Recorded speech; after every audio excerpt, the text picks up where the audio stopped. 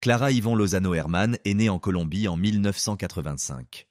Elle est la fille de Juan José Lozano et de Carmen Herman, une femme d'origine allemande dont le père avait fui son pays en tant que soldat pour échapper à la Seconde Guerre mondiale.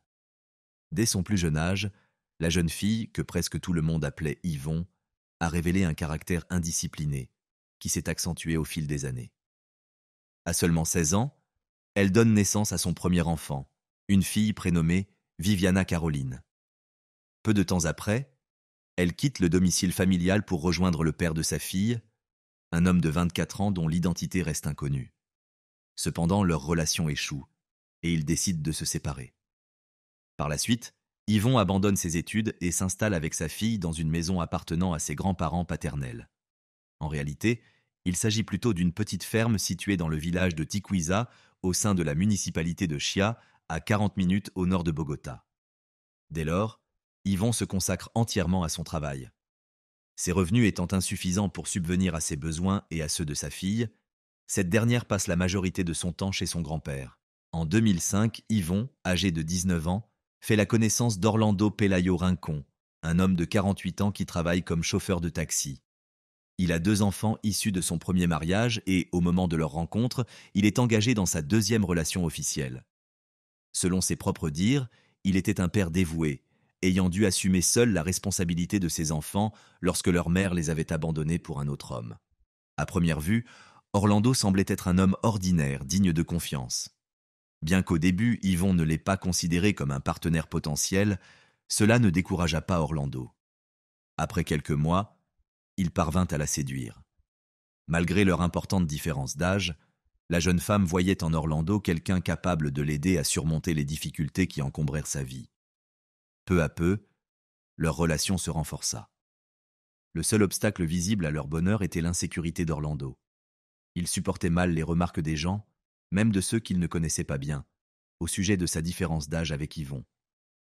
Les proches de la jeune femme s'inquiétaient également de cette relation, mais, fidèle à son caractère indiscipliné, Yvon restait déterminé à poursuivre sa relation avec Orlando. En mars 2007, Yvon annonce à Orlando qu'elle est enceinte. Alors que, dans d'autres circonstances, une telle nouvelle aurait pu renforcer leur couple, dans ce cas précis, elle déclencha une violente dispute. Orlando déclara qu'il était trop vieux pour s'occuper d'un enfant et disparut. Malgré tout, Yvon décida de garder le bébé. Luis Santiago Lozano naît le 27 octobre 2007. Dès le premier instant, Yvon l'a aimé d'un amour inconditionnel. Moins de 2 mois après la naissance de Luis Santiago, Orlando reprend contact avec Yvon. Il l'appelle et lui annonce que son père est décédé et que son petit-fils de 6 mois est mort noyé dans des circonstances troublantes. Il ajoute également qu'il souhaite rencontrer son fils. C'était la première fois qu'il s'adressait à Yvon depuis des mois. Malgré le ressentiment qu'elle éprouve, et touchée par les épreuves qu'Orlando dit avoir traversées, Yvon décide de lui accorder une nouvelle chance. Peut-être voulait-elle simplement que son fils ait un père. Quoi qu'il en soit, après leur réconciliation, Orlando ne contribue presque pas aux dépenses liées à l'enfant. En revanche, il compense par sa présence. Chaque jour, il vient rendre visite à Luis Santiago.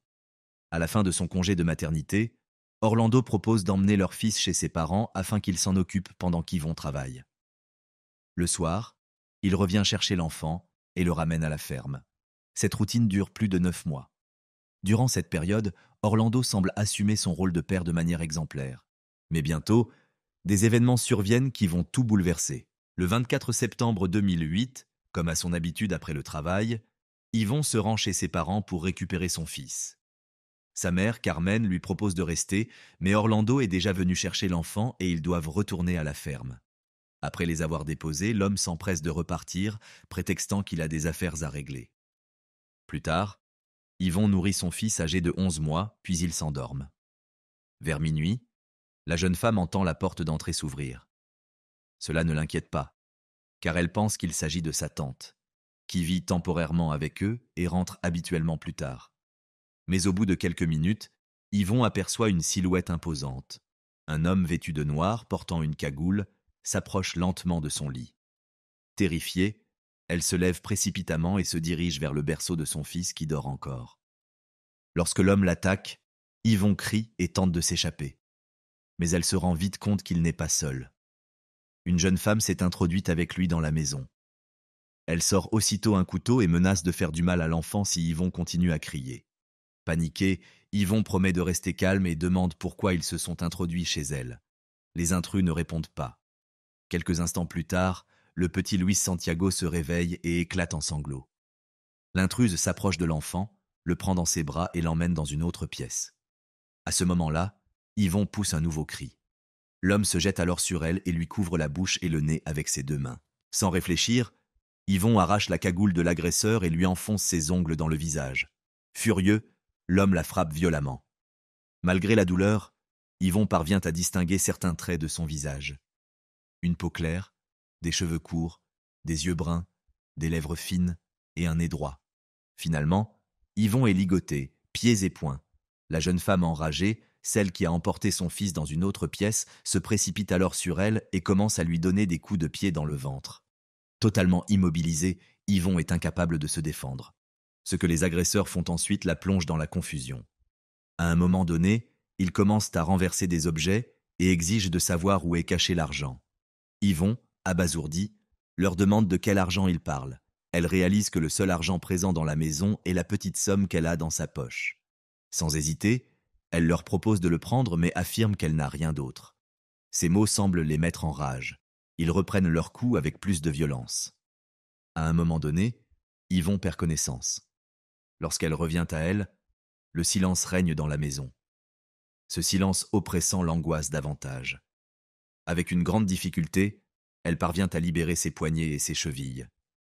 Yvon ignore combien de temps elle est restée inconsciente, mais une pensée obsédante la frappe immédiatement. Son fils n'est plus là. Lorsqu'Yvon sort de la maison, elle est prise d'une crise d'hystérie. Ses cris déchirants alertent immédiatement les voisins qui appellent la police. Au cours de l'interrogatoire, Yvon assure aux policiers qu'elle n'a jamais eu de conflit avec qui que ce soit. Elle trouve étrange que les personnes qui ont enlevé son fils aient réclamé de l'argent alors qu'elle n'en a jamais eu. Elle explique qu'elle touche le salaire minimum et n'a jamais réussi à économiser quoi que ce soit. Quant à Orlando, lorsqu'il arrive sur les lieux, il déclare qu'il a obtenu, quelques heures plus tôt, un prêt de 8 millions de pesos, soit environ 2000 $. Il ajoute qu'il n'a jamais reconnu officiellement l'enfant kidnappé comme son fils, c'est pourquoi les documents de l'enfant ne portent que le nom de famille de sa mère. Il précise également qu'il est marié et vit avec une autre femme avec qui il n'a pas d'enfant. Cependant, il affirme n'avoir jamais reçu de menace de sa part. Pendant qu'Orlando parle aux forces de l'ordre, Yvon est conduite dans un centre médical local. Elle semble totalement indifférente à ses blessures. Tout ce qu'elle souhaite, c'est retrouver son fils le plus vite possible. Pendant qu'elle est soignée, les enquêteurs restés sur place commencent à chercher des indices susceptibles d'éclaircir ce qui s'est passé la nuit précédente. En moins de 10 minutes, ils découvrent des empreintes de bottes appartenant apparemment à deux personnes différentes. Cela confirme les déclarations d'Yvon. Plusieurs agresseurs se seraient introduits chez elle en même temps. De plus, une chaussette appartenant au petit Louis s'est retrouvée lors d'une fouille dans le quartier. Cet objet est également considéré plus tard comme un indice potentiel, car il pourrait contenir l'ADN des ravisseurs, mais ce n'est pas la dernière piste obtenue par les enquêteurs ce jour-là. Un jeune homme s'approche de l'un des policiers. Selon lui, il a aperçu un taxi suspect stationné près de la maison, précisément à l'heure où les faits se sont déroulés. Tandis que les autorités poursuivent leurs opérations, Orlando se rend à l'hôpital pour voir Yvon et entendre, une fois de plus, sa version des faits. Les dernières heures ont été un véritable cauchemar pour la jeune femme qui a littéralement supplié le médecin de la laisser partir à la recherche de son fils. À l'aube du 26 septembre, les médecins autorisent Yvon à se rendre au poste de police pour déposer une plainte officielle concernant l'enlèvement de Luis Santiago. Physiquement, elle est encore très affaiblie. Son corps est couvert de bleu et d'échymose. Mais cela n'a aucune importance pour elle. La seule chose qui compte, c'est de retrouver son fils. Après avoir déposé sa déposition écrite, l'enquête est confiée au groupe de défense de la liberté humaine de la police nationale colombienne. Cette unité est dirigée par le général Luis Pérez, qui soupçonne immédiatement un enlèvement avec demande de rançon. Les enquêteurs attendent donc un appel des ravisseurs, mais aucun appel ne parvient. Sur la base du témoignage d'Yvon, un portrait robot de l'un des agresseurs est réalisé. Il est ensuite transmis à tous les commissariats locaux. La nouvelle de l'enlèvement se propage rapidement, d'abord dans la commune, puis dans tout le pays. Quelques heures plus tard, les parents de l'enfant donnent leur première interview à plusieurs médias. implorant les ravisseurs de leur rendre leur fils sain et sauf. Comme aucune trace de l'enfant n'a été retrouvée, les autorités annoncent une récompense de 10 millions de pesos, soit environ 2 000 $, pour toute information permettant de localiser le petit Luis Santiago ou d'identifier les ravisseurs. Peu après, les habitants et les proches de l'enfant organisent une manifestation pour exiger des autorités une enquête plus efficace. Le lendemain, Orlando continue de jouer le rôle de victime, contactant presque tous les médias pour solliciter de l'aide. De son côté, Yvon, accompagné de sa sœur Andrea et de quelques proches, parcourt Bogota pour distribuer des tracts avec des informations sur son fils. Contre toute attente, elle parvient même à s'adresser au président colombien de l'époque, Álvaro Uribe Vélez. La seule chose qu'elle lui demande, c'est de l'aider à retrouver son enfant. À ce stade de l'enquête sur l'enlèvement du petit Luis Santiago, âgé de 11 mois, 2 versions des faits circulent, et dans les deux, Orlando apparaît indirectement impliqué. Selon la première version, l'enfant aurait été enlevé par vengeance de l'épouse officielle d'Orlando contre Yvon. Selon la seconde, il s'agirait d'un enlèvement contre rançon, Orlando ayant obtenu un prêt quelques heures avant l'incident. Cependant, ces hypothèses ne permettent pas de faire avancer les recherches. Peut-être est-ce pour cette raison que les autorités décident d'augmenter la récompense à 20 millions de pesos, soit environ 4 000 $. L'augmentation de la récompense a eu pour effet d'inonder le bureau du procureur général d'appel provenant de toutes les régions du pays. La plupart des informations recueillies lors de ces appels n'avaient cependant aucun rapport avec l'enquête. Mais le 28 septembre 2008, les enquêteurs reçoivent un appel qui va bouleverser le cours de l'investigation. Au bout du fil, un homme affirme qu'on lui avait proposé, quelques mois plus tôt, de participer à l'enlèvement d'un enfant, mais qu'il avait refusé. Cet homme, déjà condamné pour trafic de substances illicites, se souvenait que la personne qui l'avait contacté était un chauffeur de taxi de la municipalité de Chia. Un des enquêteurs se rappelle alors le témoignage d'un témoin ayant vu un taxi stationné devant la maison d'Yvon à l'heure de l'enlèvement. Bien que l'homme à l'origine de ces informations ait souhaité rester anonyme, les autorités parviennent à l'identifier. Il s'agit de Julián Andrés Hernández. Lors d'un bref interrogatoire, Hernández désigne Orlando Pelayo Rincón comme celui qui l'avait approché à l'époque pour lui demander un service. De plus, il précise qu'Orlando lui avait demandé non seulement d'enlever l'enfant, mais aussi de le tuer. C'est cette demande, dit-il, qui l'avait poussé à refuser la proposition. Le témoignage de Julián laisse les enquêteurs stupéfaits. Aucun d'eux n'imaginait qu'Orlando puisse non seulement organiser l'enlèvement de son propre fils, mais aussi ordonner son assassinat. Sans attendre, Orlando est conduit au poste de police pour un premier interrogatoire. Dans un premier temps, il se montre abattu et nie catégoriquement toute implication dans le crime. Mais peu après, il finit par avouer et demande à voir un avocat. Lors de sa confession officielle, Orlando admet avoir engagé des personnes à Villavicencio et leur avoir versé seulement 500 000 pesos, soit environ 110 $, pour enlever le bébé et l'abandonner à son sort dans un village. Selon ses déclarations, il aurait été poussé à commettre cet acte abominable par Yvon qui, selon lui, le harcelait constamment pour obtenir de l'argent pour le bébé. En outre, Orlando fournit les noms des personnes impliquées dans l'exécution du plan. La première est une jeune femme nommée Marta Lucia Garzón Muñoz, qui avait déjà purgé une peine de 2 ans et 8 mois de prison pour trafic de stupéfiants. Le second complice est un homme nommé Jorge Orlando Oval, que Marta aurait présenté à Orlando comme son colocataire. Le matin du 29 septembre, la presse révèle que le père de l'enfant est en garde à vue, accusé d'avoir orchestré l'enlèvement de son propre fils. Peu de gens y croient au début. De son côté, Yvon est anéanti par le flot d'informations horribles qui s'abat sur elle ce jour-là. Elle sombre dans une profonde dépression et doit être hospitalisée.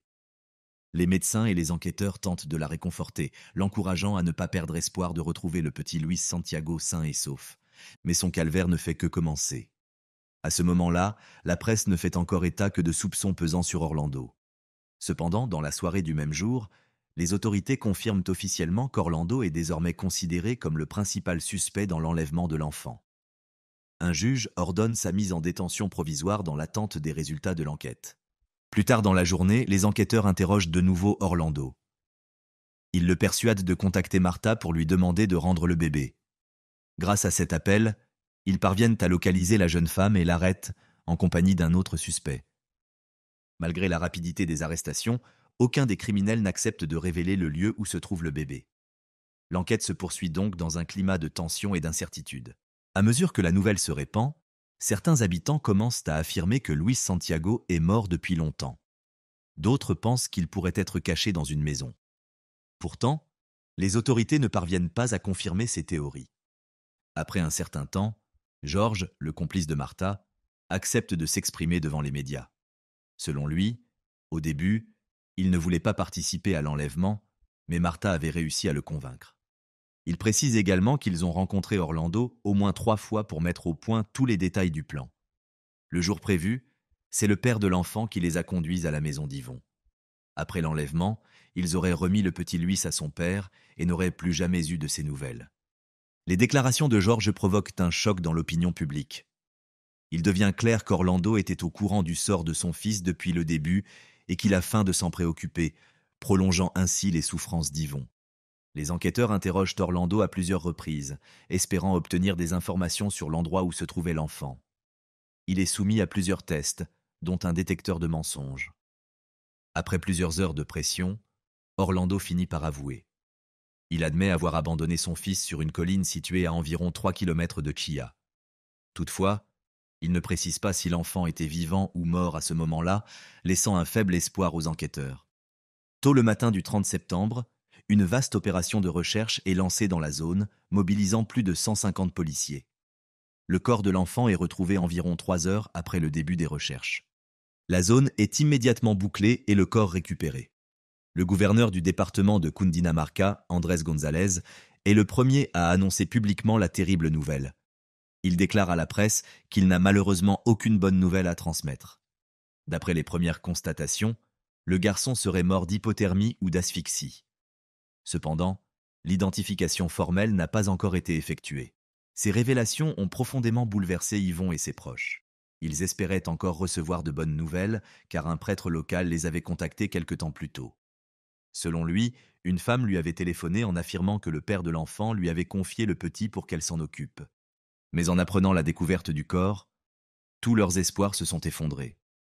Plus tard, Yvon, accompagné de sa famille, s'est rendu à la morgue pour identifier le corps. Dès qu'elle a reconnu son fils, elle a perdu connaissance et s'est effondrée au sol. Elle a été transportée d'urgence au centre médical. Le lendemain matin, le général Luis Pérez, responsable du groupe de défense de la liberté humaine chargé de l'enquête, déclare que le petit Luis Santiago a été enlevé et assassiné par son propre père et ses complices. Il précise que le corps de l'enfant a été transféré au centre de médecine légale de Bogota pour y être formellement identifié et pour déterminer les causes exactes du décès. Bien que la famille ait déjà reconnu le bébé, elle n'a pas encore reçu la confirmation scientifique par le biais d'un test ADN. Cependant, presque tout le monde comprend qu'il ne s'agit là que d'une simple formalité. Pendant son séjour à la clinique, Yvon n'a qu'un seul souhait: mourir rapidement pour enfin retrouver son fils. Mais elle ignorait qu'elle était sur le point de redevenir mère. Lorsqu'elle apprend la nouvelle de la bouche du médecin, elle quitte précipitamment la chambre et s'enfuit à l'extérieur. Elle est incapable de comprendre comment, presque le jour où elle a perdu son enfant, elle découvre qu'elle va en avoir un autre.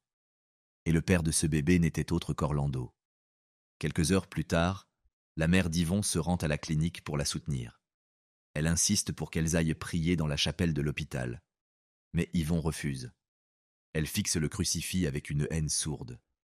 La seule chose qu'elle veut demander à Dieu, c'est de la laisser mourir. Ce jour-là, en plus de sa mère, Yvon reçoit la visite du président colombien Álvaro Uribe Vélez et de son épouse, Lina Moreno.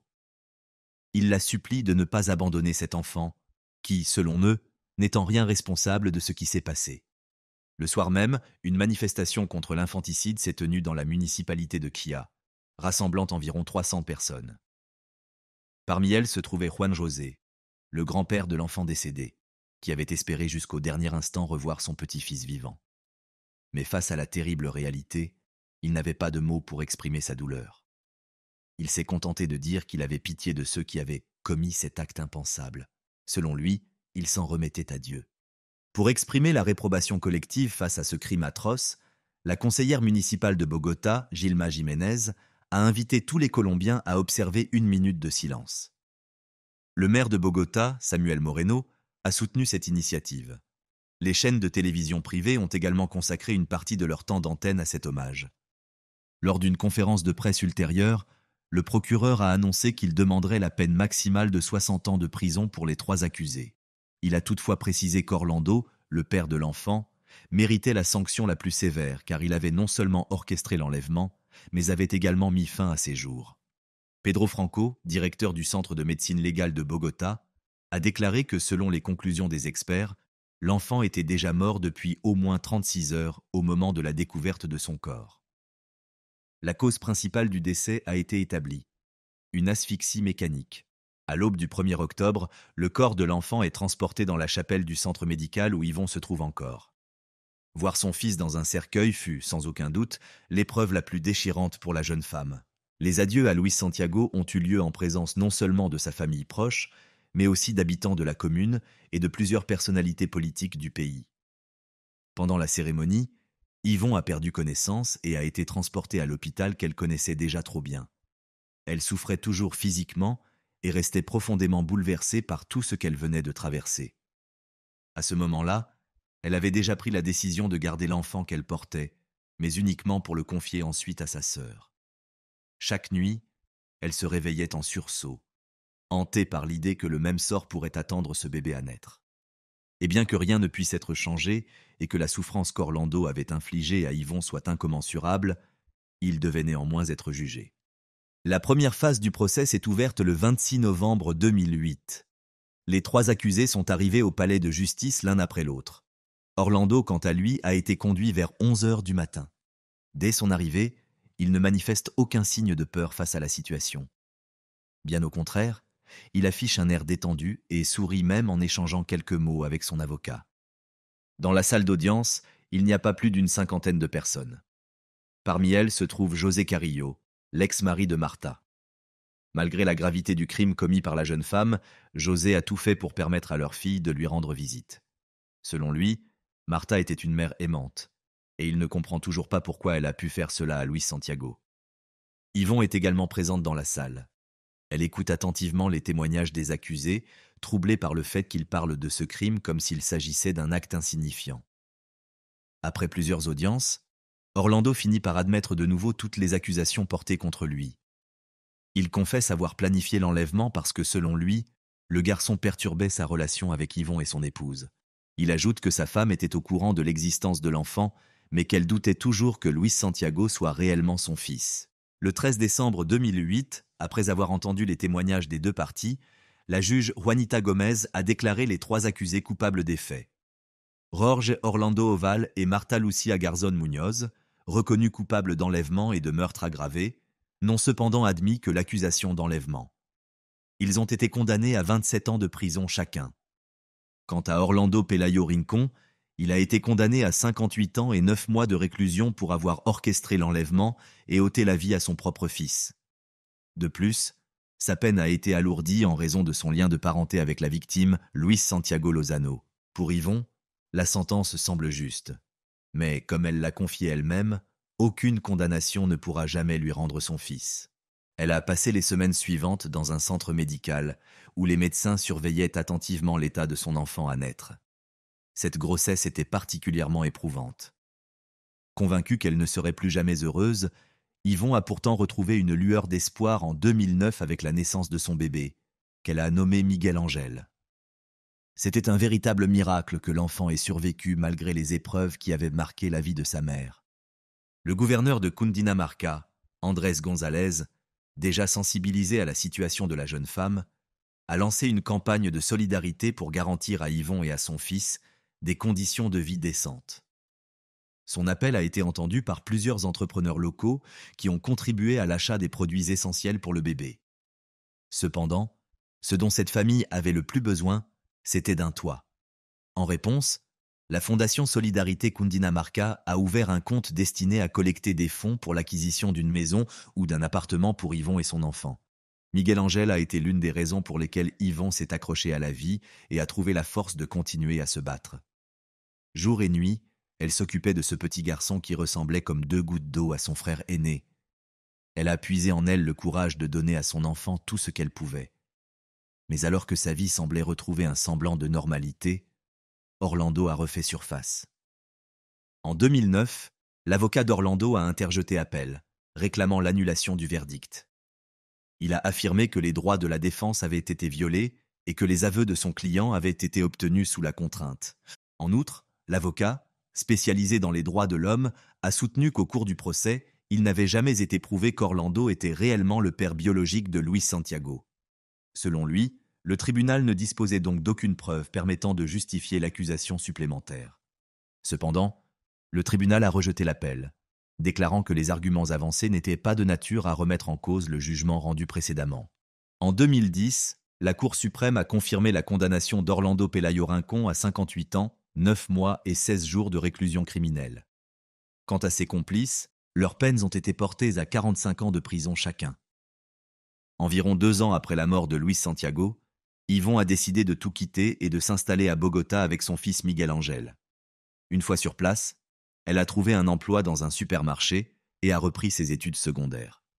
Dans un premier temps, une voisine l'a aidée à s'occuper de son fils. Par la suite, elle a confié l'enfant à sa tante pour pouvoir se concentrer pleinement sur ses études. Depuis, son objectif principal est de terminer le lycée et de se spécialiser en criminologie. Elle envisage également de rejoindre la fondation Tout peut changer, où elle souhaiterait militer pour l'application de peines de réclusion à perpétuité pour les auteurs de crimes graves contre des mineurs. Un autre projet qui lui tient à cœur est de renforcer un programme d'accompagnement psychologique destiné aux enfants victimes de violences physiques. Alors qu'Yvon tentait de reconstruire sa vie, Orlando cherchait à améliorer ses conditions de détention et à obtenir une réduction de peine. Sa série de requêtes a commencé en août 2012. À l'époque, il a demandé son transfert vers un autre établissement pénitentiaire, invoquant des menaces pour sa sécurité et des traitements inhumains de la part des gardiens. Mais sa demande a été rejetée. En avril 2015, influencé par d'autres détenus qui passaient leur journée à étudier le code pénal, Orlando a affirmé que la Cour suprême avait omis de tenir compte de son droit à une réduction de peine, puisqu'il avait plaidé coupable sans réserve. Exerçant son droit de pétition, il a officiellement demandé une réduction de peine, invoquant le principe de clémence pour aveu intégral de culpabilité. Cependant, la Cour a répondu que de tels avantages ne s'appliquèrent pas dans son cas, étant donné qu'il avait commis un crime grave contre un mineur. En mai 2017, Orlando a déposé une nouvelle requête. Cette fois, il a demandé que sa peine soit remplacée par une assignation à résidence, affirmant qu'il souffrait depuis longtemps de graves problèmes de santé. Un mois plus tard, il a réitéré sa demande, insistant sur l'aggravation de son état. En réponse, le juge a ordonné une expertise médicale. Cependant, les médecins n'ont diagnostiqué aucune pathologie pouvant justifier un aménagement de peine.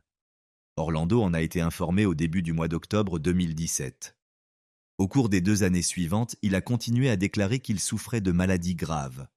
Pourtant, malgré ses plaintes répétées, la commission médicale judiciaire n'a trouvé aucun motif valable pour modifier la mesure de détention.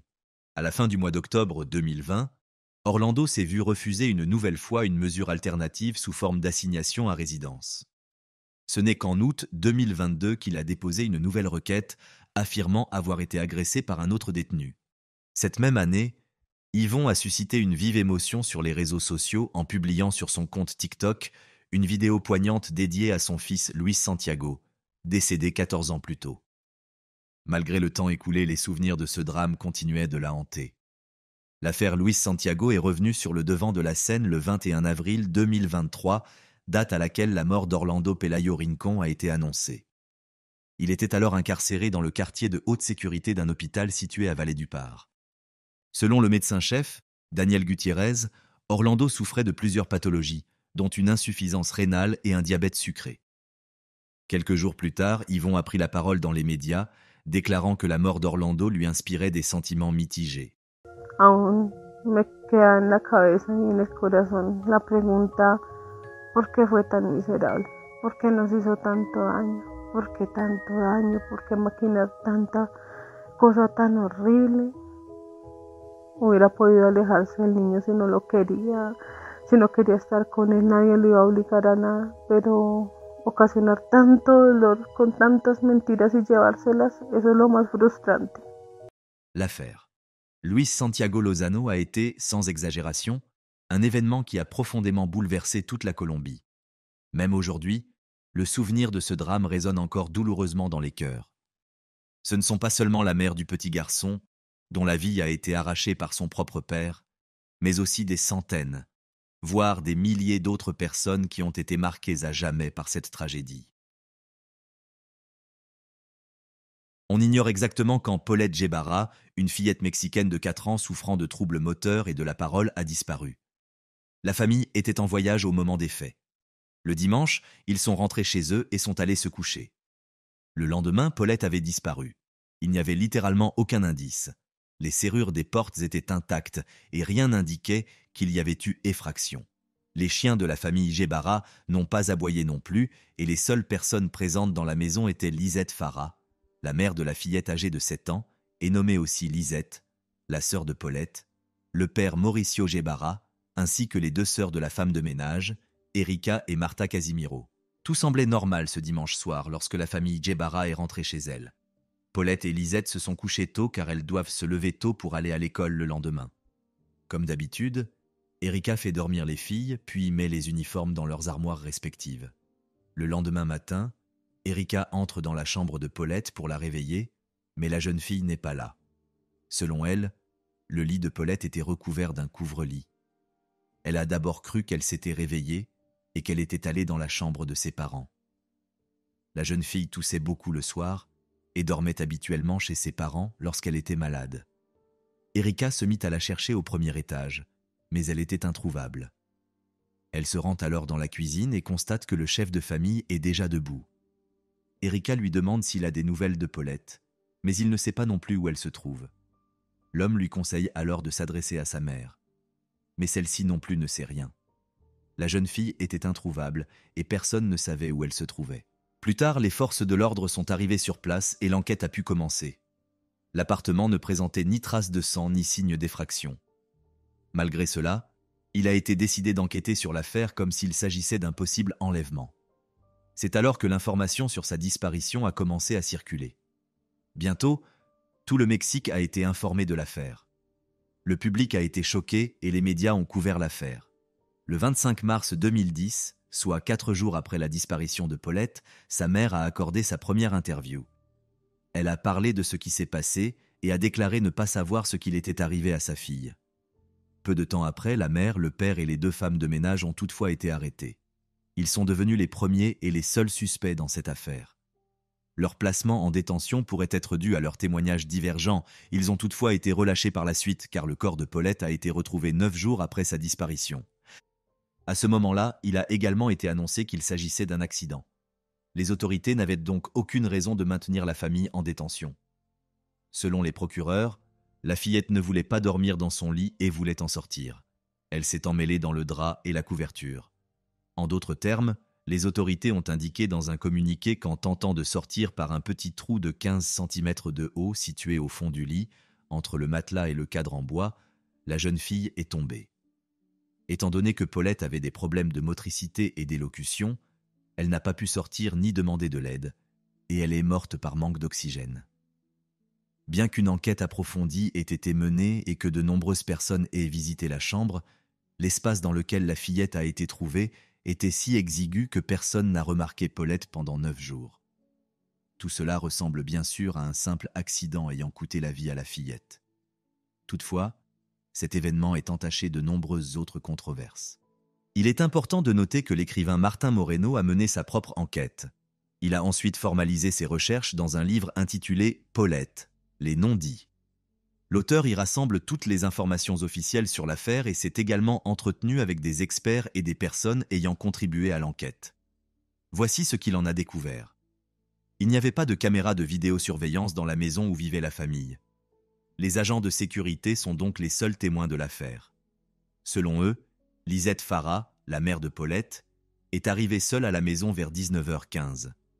Elle a demandé s'il y avait quelqu'un d'autre à la maison, ce à quoi l'un des gardiens a répondu qu'il n'y avait personne d'autre. La femme est alors rentrée dans son appartement. Le gardien a trouvé cela étrange, car d'habitude Lisette ne lui parlait pas. Comme je l'ai dit, la famille était absente à ce moment-là. Lisette se rendait à Cabo San Lucas pour l'anniversaire d'une amie, et le père et ses filles à Val de Bravo. 1h20 après le retour de Lisette, Mauricio, Les filles et l'une de leurs gardiennes sont arrivées. Lisette est descendue pour leur venir en aide. C'est à ce moment-là qu'une chose surprenante s'est produite. La femme est sortie du hall pour aller chercher ses filles et les ramener chez elle. L'agent de sécurité a déclaré avoir vu Lisette descendre dans le hall, tenant sa fille aînée de la main gauche. Elle tenait alors dans sa main droite un objet enveloppé dans un drap. Selon les parents, il s'agissait de Paulette. Toutefois, le gardien a déclaré qu'il s'agissait plutôt d'un sac informe. Quoi qu'il en soit, il ne semblait pas y avoir de vol sous le drap. D'ailleurs, la petite fille de 4 ans était déjà assez grande pour que Lisette puisse la tenir d'une seule main. Puis tout le monde rentra à l'intérieur et comme cela sembla être le cas par la suite, la nuit se passa sans incident. Après que les parents ont tenté de retrouver la fillette par eux-mêmes, la première anomalie dans cette mystérieuse affaire est apparue. Bien qu'elle ne semble pas très importante, elle met en évidence plusieurs éléments importants, à savoir l'implication possible des parents de Paulette dans ce qui lui est arrivé, ainsi que la corruption présumée des enquêteurs. On sait par la suite que Lisette a donné une autre interview en prononçant la phrase suivante « J'ai demandé aux voisins s'ils avaient revu Paulette. J'ai également parlé à tous ceux qui se trouvaient à la maison. Ma fille aînée quitte habituellement la maison à 7 heures, et je lui ai demandé si Paulette était partie avec elle. Elle m'a répondu que non. Mon mari et moi avons donc décidé de contacter la police. » Selon le témoignage des parents de la jeune fille, ils ont eux-mêmes appelé la police. Mais selon les autorités, il n'y a eu aucun appel de la mère, ni du père, ou même des employés de maison de la famille Djebara. Pourquoi ont-ils insisté pour passer cet appel? C'est Margaret Djebara, la sœur de Mauricio, qui se trouvait à la maison à ce moment-là, qui a appelé les forces de l'ordre la première. Selon elle, son frère l'a appelée pour l'informer qu'ils n'avaient pas trouvé leur fille cadette. Elle a d'abord parlé à son ami, puis a appelé la police. Cela a pris beaucoup de temps précieux. De plus, selon le témoignage d'Erika, l'une des femmes de ménage de la famille, les parents de Paulette ne semblèrent pas inquiets le matin de la disparition de la fillette. Lisette serait restée assise devant l'ordinateur avec une cigarette et un café pendant que Mauricio cherchait tranquillement sa fille. Peu de temps après, des incohérences sont apparues entre les faits et les témoignages des membres de la famille Djebara. Les 2 policiers en charge de l'interrogatoire ont d'abord interrogé Lisette. Il est à noter que les interrogatoires ont eu lieu dans l'appartement de la famille Djebara et ont duré plusieurs jours après la disparition de Paulette. Selon Lisette, elle ignorait ce qu'était advenu de sa fille cadette. Malgré cela, la police a continué à faire pression sur la femme qui a fini par craquer. « Je sais où est Paulette et qui l'a enlevée. C'est mon mari, Mauricio. » Après ces paroles, les policiers ont interrogé le conjoint de Lisette. Ils sont entrés dans sa chambre et lui ont annoncé que Lisette l'avait accusé d'être responsable de la disparition de Paulette. Visiblement irrité, ce dernier a répondu « Oui, je sais où est Paulette. Je vous dirai tout si vous m'aidez à éviter un problème judiciaire. Je suis désespéré et je ne veux pas finir en prison. » C'est d'ailleurs ce témoignage qui a conduit à l'interpellation de tous les membres de la famille, ainsi que des 2 gardiennes d'immeuble. Mais, comme nous l'avons dit plus haut, ils ont tous été rapidement relâchés. C'est alors que le corps de Paulette a été découvert.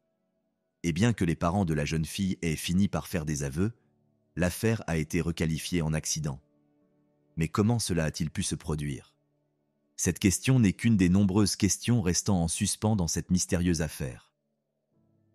On voit à présent des images à peine lisibles de la police découvrant le corps de Paulette. On voit les experts entrer dans la pièce alors que les parents de la jeune fille sont bien sûr en garde à vue. Voici maintenant le moment où le corps a été retrouvé. Dans son livre, Martin Moreno écrit que dans la nuit du 30 au 31 mars, l'un des commissaires chargés de l'affaire a déplacé la couverture et le drap au pied du lit. Ce qu'il a vu l'a paralysé. Il y avait le corps d'une jeune fille. C'était celui de Paulette. En criant, il a attiré l'attention des autres officiers, puis il est allé se laver dans la salle de bain. Ceci réfute la version officielle selon laquelle le corps de la jeune fille aurait été trouvé par un employé du bureau du procureur général. Selon le rapport officiel, le corps de Paulette est resté dans la chambre pendant 9 jours. Plus de 100 personnes ont visité la chambre durant cette période. En outre, Amanda, une amie de la mère de Paulette, y a dormi du 23 au 25 mars. Les parents de Lisette y ont également dormi. L'une des interviews a d'ailleurs eu lieu dans cette chambre. La journaliste et la mère de la jeune fille étaient d'ailleurs assises sur le même lit. Comment se fait-il que personne n'ait remarqué la présence du corps de Paulette? Selon les experts, 3 jours après la mort, Le corps humain commence à se décomposer et l'odeur devient alors insupportable. Or, cela fait 9 jours. Et vous savez comment la police l'a expliqué? Elle a été momifiée, ont-ils dit. Selon eux, c'est parce qu'il était enveloppé dans une couverture et un drap. On suppose que cette circonstance a également empêché l'apparition d'une odeur nauséabonde. Cette théorie semble toutefois plus qu'absurde. Selon une autre théorie, l'absence d'odeur était due au fait que le corps avait été embaumé. Cette version n'avait toutefois pas beaucoup de sens non plus. Dans son livre, Martin Moreno s'est entretenu avec des experts indépendants. Selon eux, la version des faits rapportée par la police est impossible, car dès que le corps humain commence à se décomposer, divers fluides commencent à se dilater à l'intérieur des tissus. C'est ce qui provoque l'odeur. Or, cela ne s'est pas produit avec le corps de Paulette. En conclusion, il est très peu probable que le corps ne soit pas entré en phase de décomposition. Cette situation ne peut s'expliquer de deux manières logiques. Soit la jeune fille était vivante, soit son corps était entreposé ailleurs. Résumons les détails contradictoires de l'enquête qui ont démontré le manque de professionnalisme des forces de l'ordre. Tout d'abord, la police n'a pas pris la peine de restreindre l'accès à la chambre de la jeune fille. Comme je l'ai dit, au moins 100 personnes s'y sont rendues au cours des 9 jours précédant la découverte du corps. Pour ma part, je n'ai pas de réponse claire à la question de savoir pourquoi la scène de crime n'a pas été sécurisée. La législation mexicaine exige que la scène de crime soit fermée au public. Selon les informations contenues dans le livre de Martin Moreno, la personne chargée de l'enquête était le procureur général adjoint, alors que le véritable superviseur aurait dû être un représentant de l'unité anti-kidnapping. Il s'agit là d'une erreur parmi tant d'autres dans cette affaire. Le procureur général adjoint était Alberto Castillo. C'est probablement l'un de ceux qui ont le plus nui à l'enquête. C'est notamment lui qui n'a pas ordonné le scellage de la scène de crime ni autorisé les experts à examiner en détail la chambre de la jeune fille. Il n'a pas non plus autorisé les chiens spécialement dressés à pénétrer dans la chambre. Par conséquent, leur travail s'est concentré exclusivement sur d'autres pièces. Selon la version officielle, les chiens n'ont jamais trouvé le corps, qui aurait été allongé dans l'une des chambres. Voici l'explication. Les chiens ont été entraînés à ne trouver que des personnes vivantes. De plus, les parents de Paulette devaient se soumettre à des tests polygraphiques. Ils ont bien été administrés, mais les parents n'ont dû répondre qu'à quelques questions chacun. Toutefois, pour que la machine fonctionne correctement, il suffisait de poser un certain nombre de questions simples et après analyser les réponses. Mais, comme je l'ai dit, cela ne s'est pas produit. Il convient toutefois de préciser que tous les policiers n'étaient pas corrompus.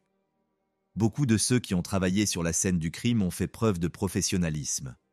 Mais les ordres venus d'en haut ont réduit leurs efforts à néant. Lorsque le corps de Paulette a été retrouvé, un test a été effectué pour déterminer la cause et la date possible de sa mort. Le premier rapport officiel indiquait que la mort était survenue entre 3 et 5 jours auparavant. Or, Paulette était portée disparue depuis 9 jours. Et selon ce rapport, la jeune fille était encore en vie pendant les quelques jours qui ont suivi sa disparition. Cependant, le nouveau rapport indique qu'elle était morte depuis 5 à 9 jours. Il n'y a pas d'explication rationnelle à cela. Je comprends que les autorités aient pu commettre une erreur lors de la première analyse du corps. Mais il est également possible qu'elles aient délibérément modifié le résultat pour faire croire que la jeune fille était morte accidentellement. Tout cela aurait pu être fait pour éviter à la famille d'aller en prison. L'une des choses que l'on reprochait à la mère de Paulette était de pleurer sans verser la moindre larme. Comment se faisait-il qu'elle ne verse pas plus d'une larme après un événement aussi tragique ? Beaucoup y ont vu une contradiction et ont pensé que cette femme ne faisait pas vraiment le deuil de sa fille. Il convient à présent d'aborder les 2 derniers détails étranges de cette affaire. Le premier est l'interaction de Lisette avec les autorités mexicaines. Je précise que cette partie est spéculative. En d'autres termes, cette information n'a pas été corroborée. Selon le journaliste Mario Ibarra, Lisette était en contact avec un membre du gouvernement mexicain. On a supposé que cette personne aurait pu influencer l'enquête. Il s'agit de Luis Miranda, un homme politique. Mario Ibarra dit l'avoir appris de la bouche de la nièce de Lisette. Celle-ci était la maîtresse de Luis. Il convient également de préciser que cet homme ne savait rien de l'affaire. En réalité, il n'a aidé Lisette que parce que sa nièce était sa maîtresse. C'est peut-être pour cette raison que tout le monde a été relâché alors qu'ils avaient fait des aveux. Mais comme je l'ai dit, cette partie n'a pas été officiellement confirmée. Un dernier point pour approfondir cette affaire. Comme vous vous en souvenez peut-être, Lisette se trouvait à Cabo San Lucas ce week-end-là, alors que le reste de sa famille était ailleurs. Elle s'y était rendue pour fêter l'anniversaire de son ami. Toutefois, il existe une autre version selon laquelle elle y était avec son amant. Bien qu'à première vue, tout cela semble hors de propos et ressemble à une note d'un journal controversé, les circonstances ont en fait justifié l'importance de l'une des hypothèses. Dans son livre, Martin Moreno avance plusieurs hypothèses sur l'amant de Lisette. La première affirme qu'une dispute a éclaté dans la maison de la famille Djebara, la nuit précédant la disparition de la jeune fille. À la même époque, Mauricio et Lisette prétendaient entretenir une belle relation. Or, c'est tout le contraire qui s'est produit. L'une des femmes de ménage a d'ailleurs déclaré aux enquêteurs que le couple se disputait sans cesse pour toutes sortes de raisons. Cependant, cette nuit-là, la dispute portait apparemment sur l'amant de Lisette. En d'autres termes, Mauricio a découvert que son épouse avait une liaison en cachette et ils ont commencé à se disputer. C'est alors que la sœur aînée de Paulette l'a emmenée dans une chambre alors qu'elle se mettait à pleurer, puis l'a recouverte d'une couverture et d'un drap et l'a peut-être ainsi tuée accidentellement. Selon l'auteur, après avoir réalisé ce qui s'était passé, les parents de la jeune fille auraient pu essayer de cacher son corps, puis seulement ensuite signaler sa disparition. En agissant de la sorte, ils auraient simplement essayé de protéger leur fille aînée. Cette histoire a un certain sens, mais elle n'est pas encore assez convaincante. La deuxième hypothèse semble plus logique. On suppose que lorsque les faits se sont produits, Lisette et Mauricio ne formèrent plus un couple et ne vivaient plus ensemble. Il est possible qu'il vécut dans un appartement voisin, dans le même immeuble. Cependant, il est entré librement dans l'appartement de Lisette. Ce soir-là, tout le monde est rentré chez soi, a mis les filles au lit et est allé se coucher. Mauricio a pu aider Lisette au début, puis il est parti pour regagner le sien. Cette même nuit, l'amant de Lisette, qui vivait dans le même immeuble, est resté avec elle. Il y a toutefois un détail. Mauricio a décidé d'entrer à nouveau dans l'appartement de Lisette. Selon les femmes de ménage, Mauricio était déjà au lit lorsque Paulette a disparu. Selon l'une des versions, il serait venu chercher quelques affaires. Au moment où Lisette et son amant ont entendu quelqu'un entrer, Mauricio était déjà dans l'appartement. L'invité de Lisette a fini par s'installer dans la chambre de Paulette qui était la plus proche. Pour éviter que la jeune fille ne crie de peur, l'homme lui a peut-être couvert le visage, ce qui aurait pu l'étouffer accidentellement. Au cours de l'enquête, on a remarqué que la fenêtre de la chambre de Paulette était entr'ouverte, mais ce fait n'a pas été pris très au sérieux. En fait, c'était le seul signe d'un possible enlèvement. Selon cette théorie, l'amant aurait pu cacher le corps de la jeune fille dans son appartement. Et ce n'est qu'un jour, alors que l'électricité avait été coupée dans tout l'immeuble et que l'enquête avait été interrompue, que l'homme serait retourné dans la chambre de Paulette pour y dissimuler le corps. Cette hypothèse était cohérente avec la plupart des détails disponibles. Cependant, certains éléments n'ont jamais été expliqués. En effet, il n'y avait aucune preuve directe que le père de Paulette vivait dans l'autre appartement. Et si c'était effectivement le cas, on ne savait pas pourquoi le couple avait dissimulé cette information au public. Les femmes de ménage ne le savaient pas non plus, mais peut-être étaient-elles toutes impliquées dans ce qui est arrivé à la jeune fille. Malheureusement, ces questions sont restées sans réponse. Partagez votre version des faits dans les commentaires. Examinons ensemble ce qui s'est réellement passé cette nuit-là. Je ne manquerai pas de lire vos hypothèses. Paulette a été enterrée le 6 avril 2010, après la clôture de l'affaire. La mère de la fillette avait demandé 27 millions de dollars au gouvernement mexicain au titre du préjudice moral, mais sa demande a été rejetée. Depuis, aucune nouvelle information n'a été révélée, ni sur l'affaire ni sur l'endroit où se trouve Lisette, mais il semblerait qu'elle réside aux États-Unis.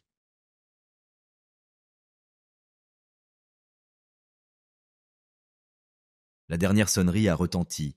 La journée d'école est terminée. Les élèves rangent calmement leurs affaires, échangeant avec entrain sur ce qu'ils feront en rentrant chez eux. Les parents consultent leurs montres, certains d'entendre bientôt les pas de leurs enfants résonner devant la porte. Tout paraît normal. Une journée ordinaire, une routine familière, jusqu'à ce que l'impensable se produise. 10 février 2025. Kiman, une fillette de 7 ans, devait rentrer chez elle comme à l'accoutumée. Elle venait de terminer son cours collectif après l'école et s'apprêtait à sortir. Mais au lieu de se diriger vers les portes de l'établissement, elle a emprunté un couloir, suivant une personne en qui elle avait confiance. Dans un entrepôt exigu, à peine éclairé, le monde extérieur poursuivait son cours. Personne n'a vu ce qui s'est produit derrière la porte close. Personne n'a entendu l'instant où la vie de l'enfant lui a été arrachée. Lorsque sa famille s'est rendue compte qu'elle n'était pas rentrée à la maison, les recherches ont débuté, désespérées, fébriles, frénétiques. Elles se sont achevées dans l'horreur la plus absolue. Aujourd'hui, je vais vous parler d'une tragédie récente survenue en Corée du Sud. L'affaire Kim-an. La journée d'école touchait à sa fin. Un air frais circulait dans les couloirs. Une joyeuse effervescence régnait. Les enfants rangeaient leurs affaires, bavardaient avec leurs camarades, se précipitaient vers la sortie. À 16h30, Kim-an, une fillette de 7 ans, sort de sa classe. Son petit sac à dos est bien ajusté sur ses épaules. Elle a passé la journée à dessiner et se réjouit de montrer sa dernière création à sa mère. Alors qu'elle s'approche de la sortie, une voix familière l'interpelle depuis le couloir. « J'ai un livre pour toi », lui dit l'un de ses professeurs en désignant la salle de stockage du matériel audiovisuel. Entre une seconde. À 16h40, sans la moindre hésitation, Kim-an le suit à l'intérieur. Elle entre dans une pièce sombre, encombrée de vieux matériel et de fournitures scolaires abandonnées. La porte se referme derrière eux dans un déclic discret, mais sans équivoque. À l'extérieur, la vie scolaire suit son cours, comme si de rien n'était. Personne ne se doute qu'un drame est en train de se jouer derrière cette porte close. À 16h50, les parents de la fillette qui l'attendait déjà à la maison consultent l'application permettant de localiser sa position. Le signal indique toujours l'école. Il reste fixe. Il compose son numéro. Aucune réponse. Il réessaye. Silence. À 17h10, de plus en plus inquiète, la grand-mère de Kim-an arrive à l'école. D'abord anxieuse, puis très vite gagnée par la panique, elle parcourt les couloirs en appelant sa petite fille par son prénom. À la recherche de la fillette, la grand-mère parcourt les couloirs de l'école. Non loin de l'entrepôt, elle aperçoit la même institutrice. La femme se tient immobile, dans une posture étrange, le visage crispé. « Où est Kim-an » demande la grand-mère d'une voix sèche tremblante d'angoisse. L'institutrice hésite, puis murmure à voix basse « Je ne sais pas. » D'un geste nerveux, elle referme aussitôt la porte derrière elle. À 17h30, les policiers arrivent sur place. Leurs pas résonnent dans les couloirs de l'établissement. Ils avancent rapidement, déterminés. La grand-mère de Kim-an leur désigne la salle de stockage dont la porte est verrouillée, le regard rempli de désespoir. On frappe. On exige l'ouverture immédiate. Silence. Pas un bruit. L'un des agents recule puis assène un violent coup de pied. La porte cède. Un silence étrange et oppressant règne à l'intérieur. Kim-an est allongé sur le sol glacé, inerte. Sa blouse blanche d'écolière, autrefois propre et impeccablement repassée, est désormais maculée de sang. Ses petites mains, si vives encore ce matin, sont repliées contre sa poitrine. Une flaque sombre s'étale lentement sous son corps. À quelques mètres de là, adossée au mur, l'institutrice est assise, tremblante. De fines entailles strient la peau de ses poignets et de son cou. À 17h50, les ambulanciers évacuent Kim-an sur une civière. Le chef de l'équipe adresse un regard aux officiers, puis secoue lentement la tête. Il n'est plus possible de sauver la fillette. Devant l'entrée de l'école, les sirènes hurlent dans l'air du soir, mais elles ne couvrent pas les cris de la famille de Kim-an. Ce matin-là, la petite fille était venue à l'école comme tous les autres jours, mais elle n'est jamais rentrée chez elle. Sa vie a été brisée par une enseignante, une personne en qui elle avait confiance, quelqu'un qui était censé la protéger. Une femme chargée d'éduquer, de guider et de veiller sur les enfants a ôté la vie à l'une d'entre elles. Il a ensuite été révélé que l'enseignante, âgée de 48 ans, souffrait d'une dépression sévère depuis 2018. En décembre 2024, elle s'était mise en congé en raison de la détérioration de son état psychologique. Ce congé devait durer 6 mois, mais après seulement 3 semaines, elle était de retour en classe. Personne n'a posé la moindre question. Dans les jours qui ont suivi, des détails de plus en plus troublants ont commencé à émerger. Les signaux d'alerte étaient bien présents. Clairs, récurrents, ignorés. Elle adoptait un comportement erratique, parfois agressif. Ses collègues avaient constaté des sautes d'humeur brutales, des accès de colère et une attitude profondément inquiétante.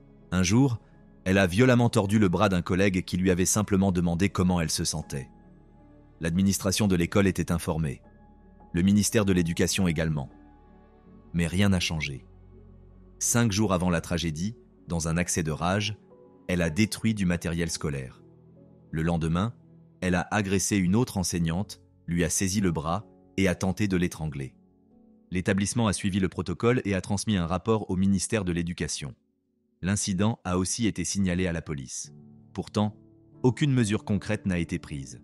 Le matin même du 10 février, jour du meurtre, des représentants du ministère de l'Éducation se sont rendus à l'école. Ils ont échangé avec le directeur et son adjoint. Mais ils ne l'ont pas rencontré. Aucune mesure n'a été prise. Et quelques heures plus tard, un enfant l'a payé de sa vie. La police est intervenue rapidement. Elle a perquisitionné son domicile, sa voiture, sa salle de classe ainsi que son ordinateur. Tout cela dans l'espoir de comprendre les causes et les circonstances de l'acte. Son téléphone portable et son ordinateur ont été confiés à la police scientifique. Les enquêteurs ont consulté l'historique de navigation afin de déterminer si l'attaque avait été préméditée. Les résultats de l'autopsie ont confirmé le pire, de multiples blessures profondes. Pas la moindre trace de doute, ce n'était pas un accident. C'était un meurtre prémédité. Le 12 février 2025, le Service national de police scientifique a achevé l'autopsie de Kimane. Les conclusions ont confirmé les pires craintes de la famille. La cause officielle du décès est la suivante. La mort est due à de multiples plaies provoquées par des objets tranchants. Mais un détail s'est révélé encore plus bouleversant. Le bureau du médecin légiste a constaté des lésions sur les mains de Kimane. Dans ces instants terribles, elle s'est débattue. Elle a tenté de se défendre. Elle a essayé de fuir. Elle a lutté pour survivre. Elle a passé ses dernières secondes à se battre. Elle voulait vivre. Elle a tout tenté pour s'en sortir. Mais elle n'avait aucune chance. Le psychologue criminel Park Chang-an a analysé le comportement de l'enseignante et a mis en évidence un élément particulièrement troublant. Lorsque la grand-mère de Kimane s'est approchée d'elle, l'enseignante n'a pas paniqué. Elle n'a pas perdu le contrôle. Elle a menti. Elle a dit à la famille « Elle n'est pas là, je ne sais pas ». Puis elle a refermé la porte à clé. Ce n'est pas le comportement d'une personne submergée par un accès de folie. C'est celui de quelqu'un qui cherche à brouiller les pistes, de quelqu'un qui savait exactement ce qu'il avait fait et qui tentait de gagner du temps. Le 12 février 2025, au cours d'un entretien, Park a clarifié sa position. Il ne s'agit pas d'un acte commis sous l'emprise du désespoir. C'était un meurtre prémédité. Qu'est-ce qui a convaincu les enquêteurs et les experts de la préméditation ? Tout d'abord, elle avait déverrouillé à l'avance la réserve contenant le matériel audiovisuel, plusieurs heures avant les faits. Cette porte est normalement maintenue fermée à clé. Le fait qu'elle ait anticipé l'accès à cette pièce bien avant l'incident suggère une intention claire d'y attirer l'enfant. Ensuite, elle a volontairement attendu que le dernier enfant quitte la garderie. Les caméras de surveillance l'ont filmé debout dans le couloir, observant les allées et venues jusqu'à ce qu'il ne reste plus que Kimane. Enfin, il y a l'arme du crime. Il ne s'agissait pas d'un objet saisi dans un moment d'impulsion. Elle avait acheté à l'avance un couteau bien précis, dans un magasin situé à seulement 2,2 km de l'école, et ce, durant ses heures de travail, quelques heures avant le meurtre. Le comportement et les paroles de l'enseignante après le meurtre confirment également que ces actes étaient prémédités. Lorsque la grand-mère de Kimane est arrivée, elle n'a pas tenté d'appeler à l'aide. Elle n'a pas essayé de faire passer les faits pour un accident. Elle a menti. Puis elle a refermé la porte. Une autre question glaçante se pose alors. Que se serait-il passé si la grand-mère était entrée avant l'arrivée de la police ? Monsieur Park est formel. Il était très probable que l'enseignante l'attaque également. Il a souligné qu'à cet instant précis, elle représentait un danger extrême. Lorsqu'on lui a demandé si la dépression pouvait constituer un mobile, il a catégoriquement écarté cette hypothèse. Il a déclaré « Comme ces criminels qui tentent de justifier leurs actes par l'alcool, des problèmes familiaux ou la perte d'un emploi, elle a invoqué une maladie mentale. » Mais en réalité, ces gestes ont été dictés par une agressivité extrême et une forte propension à la violence. C'est cela qui a conduit à la tragédie. Quant à l'affirmation de l'enseignante selon laquelle elle aurait acheté le couteau dans le but de se faire du mal, M. Park l'a catégoriquement rejeté. Il a déclaré que cet achat faisait partie intégrante d'un meurtre prémédité. Chaque élément de ce crime, la porte déverrouillée à l'avance, le choix ciblé de la victime, les tentatives de tromper la famille, pointent dans une seule direction. Il ne s'agissait pas d'un accès de rage incontrôlé. Il s'agissait d'un acte soigneusement préparé. De nouveaux éléments révélés au cours de l'enquête ont permis de comprendre comment une enseignante souffrant de troubles psychiatriques depuis longtemps avait pu être réintégrée à son poste sans avoir fait l'objet d'une évaluation sérieuse. Selon les documents disponibles, l'enseignante a été déclarée apte à reprendre un emploi régulier après son congé, en dépit de signes évidents indiquant qu'elle n'était pas en capacité de travailler auprès d'enfants. Le rapport médical transmis au moment de sa réintégration précisait « Les symptômes ont pratiquement disparu, l'exécution des tâches professionnelles est possible. » Ce document contredisait pourtant un rapport antérieur, lequel stipulait explicitement qu'un traitement d'une durée minimale de 6 mois était nécessaire en raison d'une dépression sévère.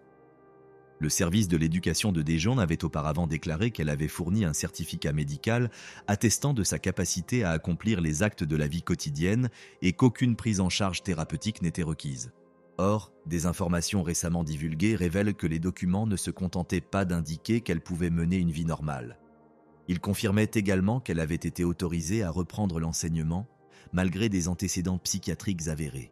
Un examen approfondi de son dossier médical a révélé qu'elle avait été suivie par un psychiatre pendant 5 ans, avec des épisodes de rechute et de dégradation progressive de son état. À la mi-2023, la situation s'est aggravée, nécessitant un traitement intensif. En janvier 2024, son état a présenté des fluctuations, mais en septembre, une nette détérioration a été observée. Pourtant, 3 mois plus tard, en décembre 2024, son médecin traitant a autorisé sa reprise d'activité. Les motifs invoqués étaient les suivants. Au début du mois de décembre, les symptômes résiduels s'étaient notablement atténués et l'exercice de ses fonctions habituelles était considéré comme possible. Seuls 3 documents étaient exigés pour permettre sa réintégration. Une demande manuscrite de reprise d'activité, une évaluation rédigée par le directeur de l'établissement et un certificat médical. 21 jours seulement après le dépôt de sa demande, elle a été autorisée à reprendre son poste. Et 6 semaines après son retour, elle a tué un enfant au sein même de l'établissement scolaire. L'une des révélations les plus alarmantes de cette affaire concerne le comité d'évaluation de la santé des enseignants, l'instance chargée de déterminer si un enseignant est apte à exercer ses fonctions. Malgré ses accès de violence et des troubles psychiatriques pourtant avérés, cette commission ne s'est jamais réunie pour examiner son dossier. De plus, il ressort que ce comité ne se serait réuni qu'une seule fois depuis 2015, ce qui révèle une grave défaillance dans le suivi de la santé mentale au sein du personnel éducatif. Le retour en poste de l'enseignante a suscité une vague d'indignation au sein de l'opinion publique. Beaucoup se sont demandé comment une personne présentant un comportement aussi instable et agressif avait pu être autorisée à enseigner dans une salle de classe. L'absence d'un dispositif d'évaluation clair, le silence entourant les incidents antérieurs et le manque d'intervention des autorités éducatives ont été l'objet de vives critiques. En réaction à cette affaire, le gouvernement sud-coréen a annoncé l'adoption d'un nouveau texte législatif baptisé « Loi Han », qui permettra aux établissements scolaires de suspendre les enseignants jugés psychologiquement inaptes à exercer leurs fonctions. Le 12 février 2025, le vice-premier ministre et ministre de l'Éducation, Lee Cho, a déclaré que le gouvernement prenait des mesures afin d'éviter qu'un tel incident ne se reproduise. Il a précisé que la nouvelle loi garantirait le retrait immédiat des personnels éducatifs jugés inaptes à exercer leurs fonctions en toute sécurité auprès des enfants. En réponse à l'inquiétude croissante de la population, le ministre a également annoncé un renforcement des dispositifs de sécurité dans les établissements scolaires, un contrôle plus rigoureux des visiteurs, une révision des protocoles de sécurité applicables dans les salles de classe et les structures périscolaires, ainsi qu'un soutien accru en matière de santé mentale pour les enseignants comme pour les élèves. À l'annonce de la nouvelle, le choc a rapidement cédé la place à la colère. Les citoyens ont exigé des explications. Comment un enseignant présentant un comportement instable a-t-il pu se retrouver en contact avec des enfants? Pourquoi personne n'est-il intervenu? Comment une telle situation a-t-elle pu se produire? L'opinion publique a réclamé la divulgation de l'identité de l'enseignante, ainsi qu'une enquête approfondie sur les dysfonctionnements systémiques ayant conduit à ce drame. La mort de Kim-han, âgé de 7 ans, a mis en évidence de graves lacunes, l'absence de suivi psychologique des enseignants et l'insuffisance des mesures de sécurité dans les établissements scolaires. Alors que le pays entier pleure Kim-han, une nouvelle vague de douleur a été ravivée par une polémique inattendue sur les réseaux sociaux, visant directement sa famille. Tout a commencé lorsque le père de la jeune fille a exprimé un souhait sincère, que Chan Yong, membre d'un groupe populaire et idole de sa fille, assiste aux funérailles. Dans une interview accordée le 12 février 2025, il a précisé qu'il ne s'agissait en aucun cas d'une demande, mais d'un vœu discret et profondément personnel. Sa fille admirait Chan Yong et rêvait de lui ressembler. Il souhaitait simplement que sa mémoire soit honorée, ne serait-ce que symboliquement, par l'homme qu'elle chérissait tant. En réponse, l'agence de la chanteuse a envoyé une couronne de fleurs ainsi que des cartes à l'effigie de Chan Yong, consciente de l'importance que ces gestes pouvaient revêtir pour Kim-an. Cependant, les réactions en ligne ont rapidement viré à la toxicité. Certains fans ont exigé que la chanteuse assiste personnellement aux funérailles. D'autres ont reproché au père de la fillette de faire pression sur une célébrité en pleine tragédie. La famille, déjà accablée par la douleur, a été prise pour cible. Une vague de haine a déferlé sur les forums. Certains ont reproché au père ses propos, tandis que d'autres se sont interrogés sur la légitimité d'associer une personnalité publique à un deuil aussi intime. Ce qui n'était au départ qu'un élan sincère d'émotion s'est transformé en un débat en ligne marqué par la colère et les récriminations, ajoutant à la détresse d'une famille confrontée à une perte irréparable. Pendant ce temps, l'enseignante reste hospitalisée. Les autorités ont indiqué que, dès que son état se stabilisera, elle sera officiellement entendue, puis mise en examen. Son domicile et son véhicule ont d'ores et déjà été perquisitionnés et plusieurs appareils électroniques ont été saisis. Les enquêteurs analysent actuellement son activité numérique ainsi que ses antécédents médicaux afin de reconstituer l'ensemble des circonstances. La date exacte de l'entretien n'a pas encore été fixée, mais les autorités ont confirmé qu'il se tiendra dès que les médecins la jugeront physiquement et mentalement apte à participer à l'enquête. Le procès doit débuter prochainement. Les éléments de preuve ne laissent place à aucun doute. Le pays tout entier attend, suspendu à la promesse que justice sera rendue. Mais aucun jugement ne pourra effacer ce qui s'est passé. Aucun verdict ne ramènera Kim-an. Une vérité demeure. Une petite fille a placé sa confiance dans son enseignante, et cette confiance lui a coûté la vie.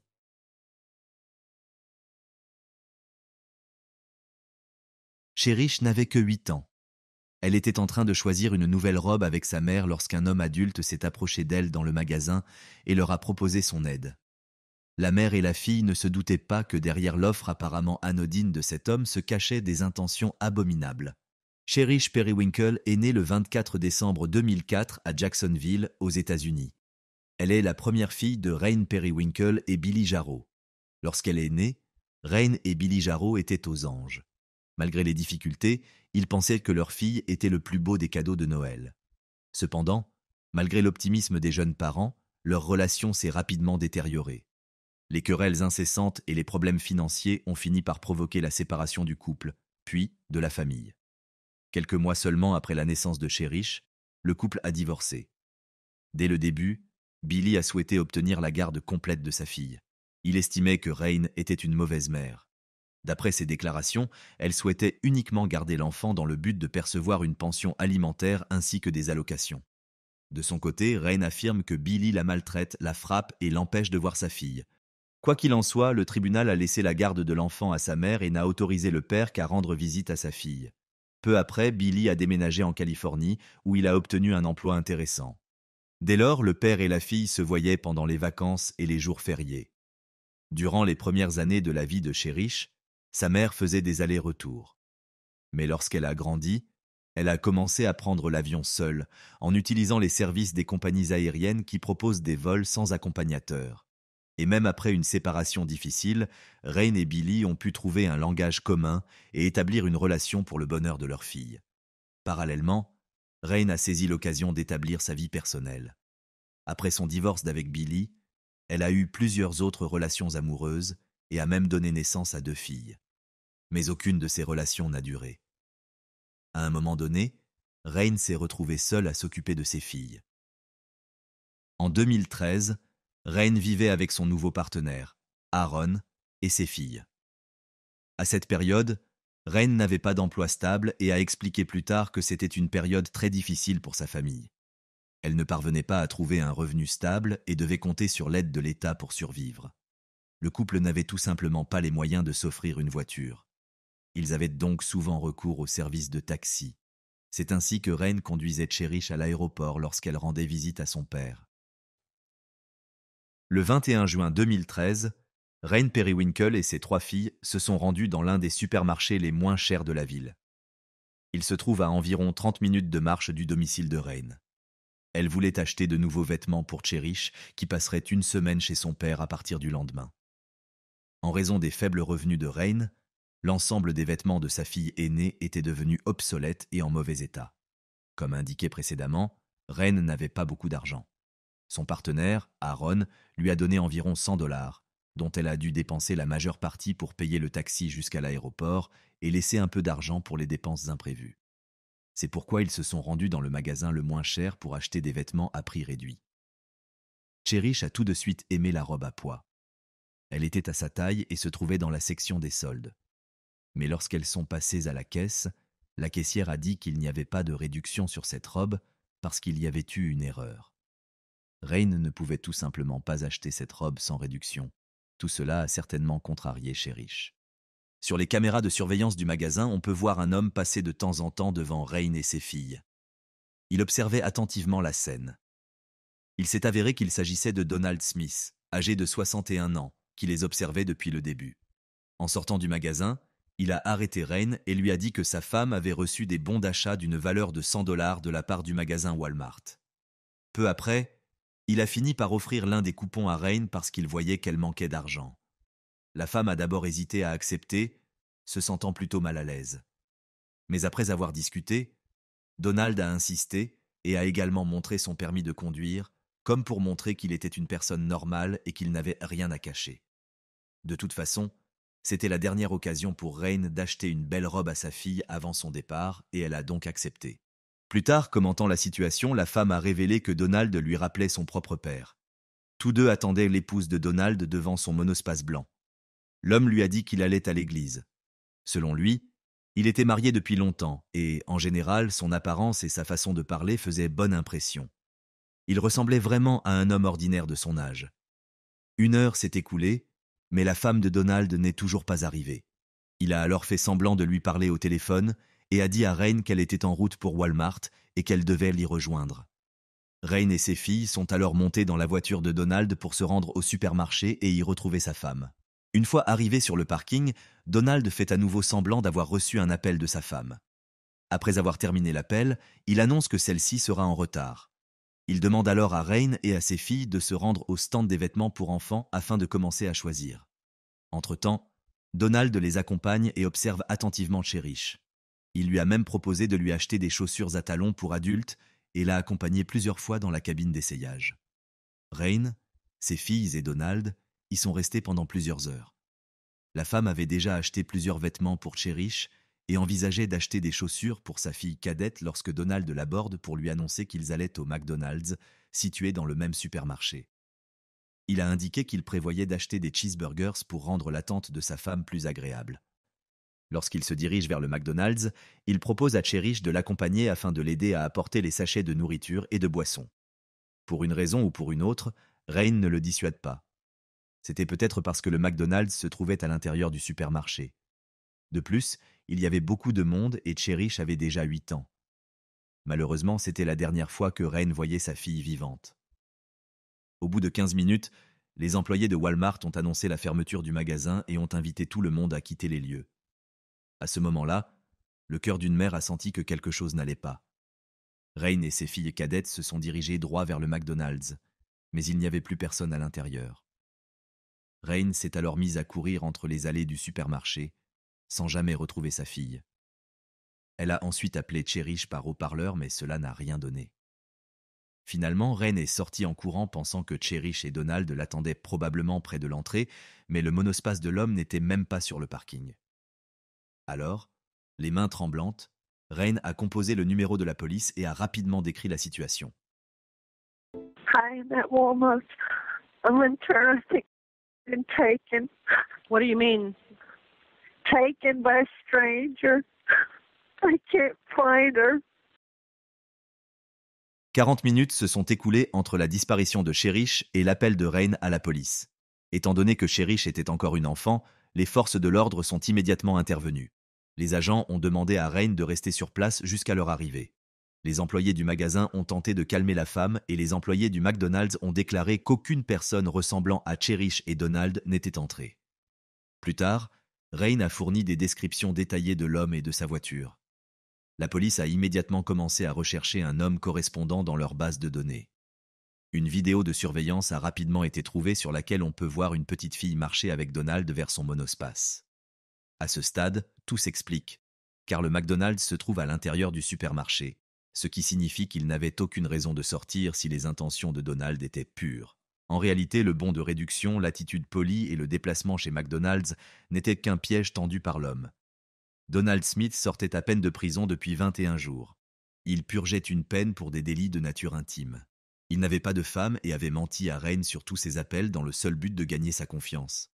Donald avait passé la majeure partie de sa vie en prison. Il avait tenté de séduire 2 adolescentes et avait abusé de mineurs dans des parcs. Il avait également commis un vol à main armée avec agression physique et dégradation de biens d'autrui. Donald ne semblait plus être le gentil vieil homme qui avait aidé une mère crédule. Selon la police, il vivait avec sa mère. Cependant, lorsque les autorités sont arrivées au domicile de cette dernière, elle a déclaré que son fils avait l'habitude de ne pas rentrer à la maison et qu'elle ne l'avait pas vu depuis plusieurs jours. Or, en vertu des règles de libération conditionnelle, Donald n'était tout simplement pas autorisé à passer la nuit hors de chez lui. Les autorités ont donc poursuivi leurs recherches. Pratiquement tous les postes de patrouille ont reçu des informations sur la voiture de Donald. Les détails de l'enlèvement de Cherish ont par ailleurs été diffusés sur toutes les chaînes de télévision. Toute la ville s'est mobilisée pour retrouver la petite fille. Il semblerait qu'il n'y ait aucun espoir de retrouver Cherish vivante. La police a notamment fourni à la presse toutes les caractéristiques extérieures de Donald et de sa voiture. Il était également régulièrement indiqué que si quelqu'un voyait une voiture ou une personne similaire, il fallait contacter la police immédiatement. Ainsi, dans la soirée du 22 juin, la police a reçu un appel important qui lui a permis de trouver les premières pistes. La voiture de Donald a été localisée 12 heures plus tard. Elle se trouvait sur le parking de l'une des églises de la ville. Malheureusement, seul Donald se trouvait à l'intérieur. Après un long interrogatoire, l'homme a simplement déclaré que la fille se trouvait dans l'eau. Le corps de Cherish a été retrouvé sur la rive d'un petit plan d'eau près d'une église locale. Les résultats de l'examen médico-légal ont révélé qu'elle avait été étranglée. De nombreuses blessures et signes indiquant qu'il avait commis une infraction à caractère sexuel ont également été constatés.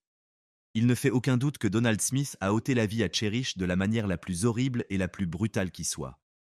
L'ADN de l'homme a été retrouvé sur le corps de la jeune fille, et son monospace contenait l'ADN de la victime, de Rain et de ses filles cadettes, qui l'accompagnaient au Walmart.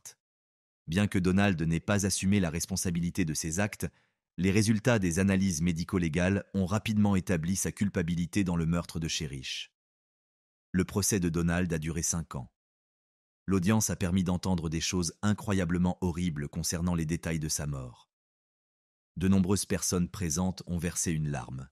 En revanche, Donald est resté calme et silencieux tout au long du procès, affichant parfois un sourire à peine perceptible. La défense de Donald a tenté de faire porter toute la responsabilité de ce qui s'est passé à la mère de Cherish, l'accusant d'avoir fait preuve de trop de confiance envers cet homme étrange. L'avocat de Smith a plaidé la culpabilité de Rain. Après tout, si elle avait autorisé sa fille à partir avec lui, rien de tout cela ne serait arrivé. De son côté, le psychiatre qui a examiné Donald a déclaré qu'il représentait un danger pour la société. Selon lui, Donald ne devrait pas être libéré de prison. Finalement, le tribunal a rendu son verdict. Donald Smith a été reconnu coupable et condamné à mort. Il attend actuellement son sort dans le couloir de la mort. Il n'a jamais officiellement avoué le meurtre. Les parents de Cherish ont repris leur vie en main. Rain a enfin trouvé un emploi stable et s'occupe de ses filles cadettes. Quant à son père, Billy, il approuve la décision du tribunal et attend l'exécution de Donald. Ainsi s'achève l'histoire de la petite Cherish.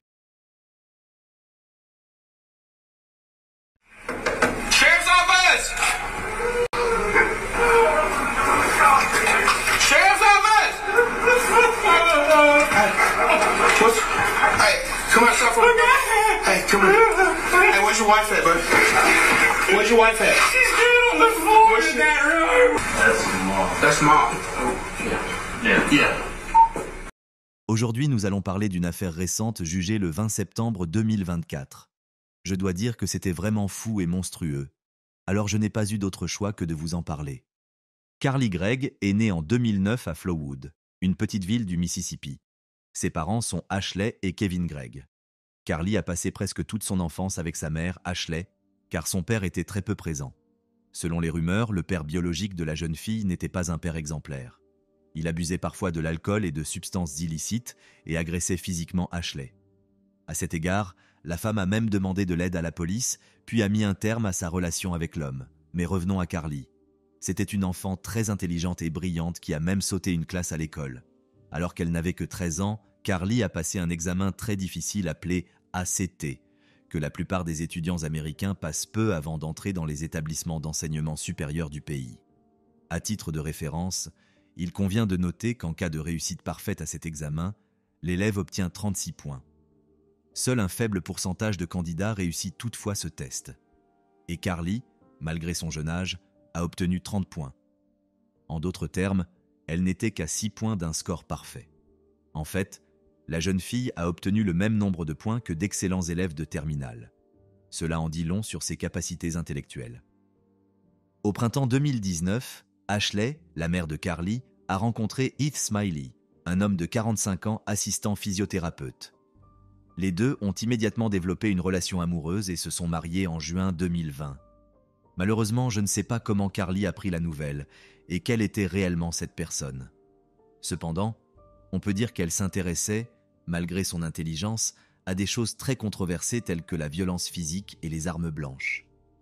En 7e année, la jeune fille s'est d'abord attirée des ennuis pour avoir apporté en cachette un couteau suisse à l'école. Elle a même été envoyée dans une école alternative pour adolescents en difficulté.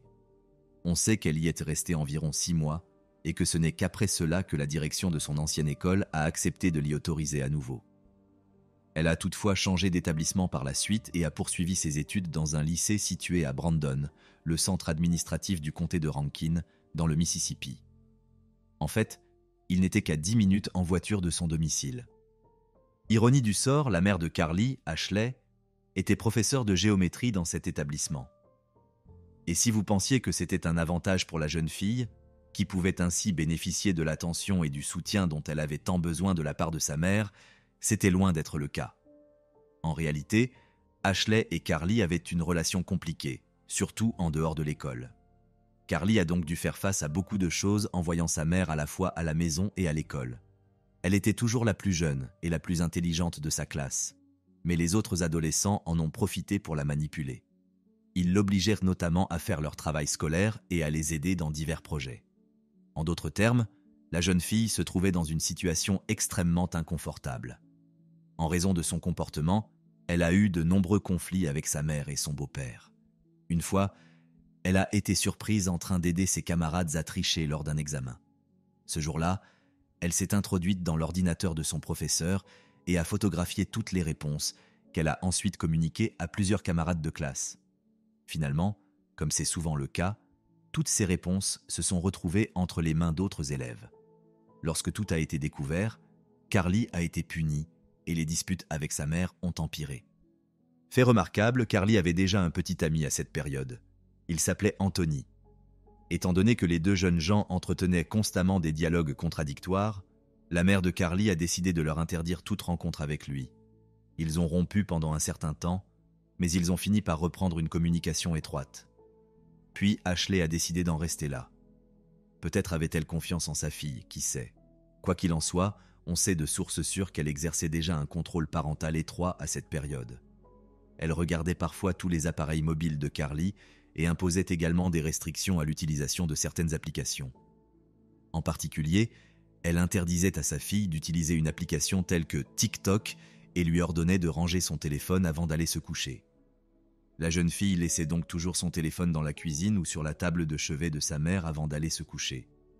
Il faut dire qu'Ashley vérifiait le téléphone de sa fille principalement pour reprendre contact avec son père biologique, que sa mère voulait priver de tous ses droits parentaux.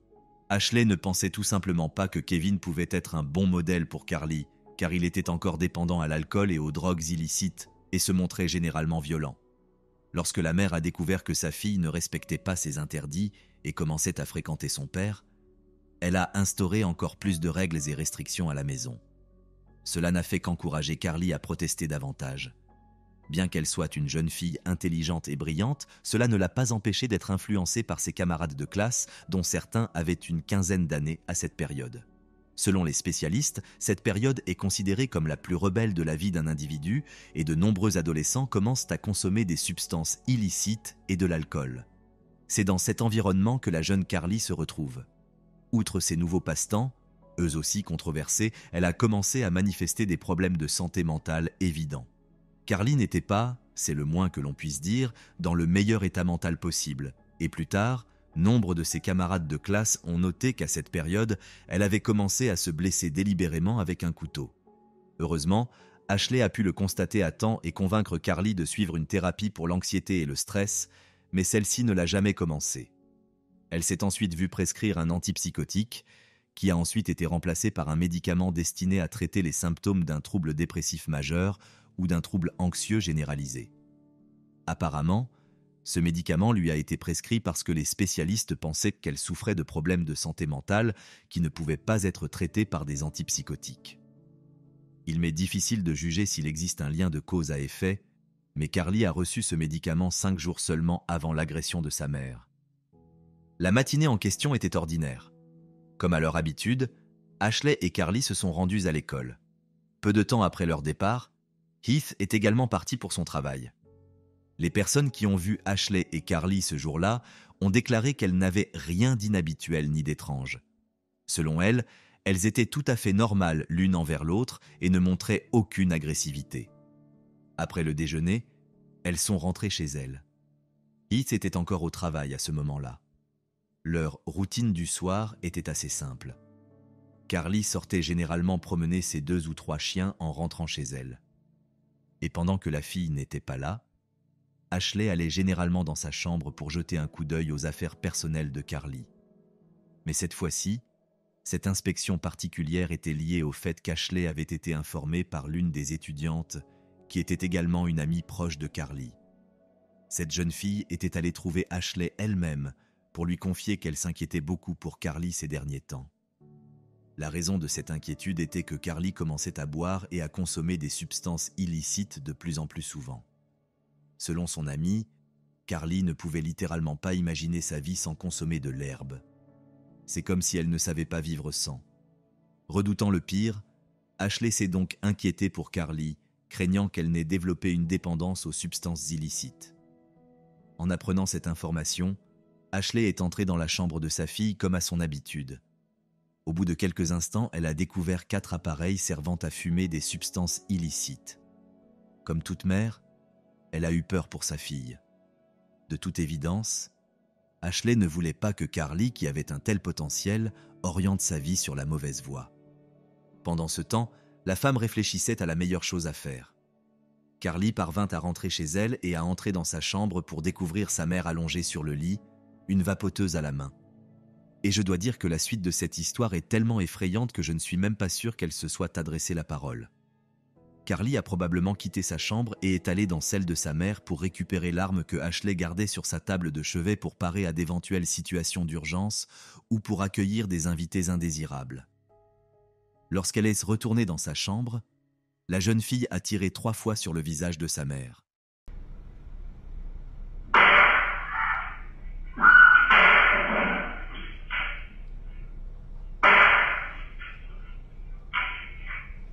Après avoir tiré sur sa mère, Carly est allée chercher son téléphone dans la cuisine. Elle s'est rendue compte qu'elle aurait dû se débarrasser de son beau-père. Elle lui a donc envoyé un SMS depuis le téléphone d'Ashley pour lui demander quand il prévoyait de rentrer. Après avoir reçu une réponse, la jeune fille a sorti son téléphone et a commencé à envoyer des SMS à ses amis pour leur expliquer qu'elle était paniquée par la situation d'urgence survenue juste devant chez elle. Étant donné que la plupart d'entre eux étaient encore des adolescents, ils n'avaient tout simplement pas la possibilité de monter dans la voiture et de se rendre chez elle. Ils ont donc commencé à lui poser des questions pour comprendre ce qui s'était réellement passé, mais Carly a répondu avec parcimonie. Selon certains rapports, l'une des amies de la jeune fille lui a même conseillé d'aller voir la police, mais Carly a refusé. Seule l'une des amies de Carly a fini par lui tendre la main. Et comme elle était mineure à l'époque, je ne donnerai pas son nom. Ainsi, lorsque Carly a appelé cette fille pour lui demander de l'aide, elle est immédiatement allée voir son père et lui a demandé de l'emmener chez son ami. Une fois à l'intérieur, la jeune fille a vu Carly debout au milieu du salon, jouant avec ses chiens. Devant une telle image, elle était même un peu confuse, car la situation n'avait rien d'une situation d'urgence. C'est à ce moment-là que Carly a dit « Tu n'as pas peur des cadavres ?» La jeune fille a ensuite emmené son ami dans sa chambre et lui a montré le cadavre de sa mère, toujours étendu par terre. Elle lui a même montré l'arme, en précisant qu'elle contenait à l'origine 6 balles. Carly a également déclaré qu'elle avait gardé les 3 balles restantes pour son beau-père, qui pouvait rentrer à tout moment selon elle. Elle a ensuite dit à son ami de sortir dans le jardin et de s'asseoir là pendant qu'elle s'occupait de Heath. La jeune fille a fini par suivre ce conseil et est sortie. Par la suite, beaucoup de ceux qui ont enquêté sur l'affaire se sont demandé pourquoi les choses s'étaient passées ainsi et pourquoi elle n'avait pas essayé de s'enfuir.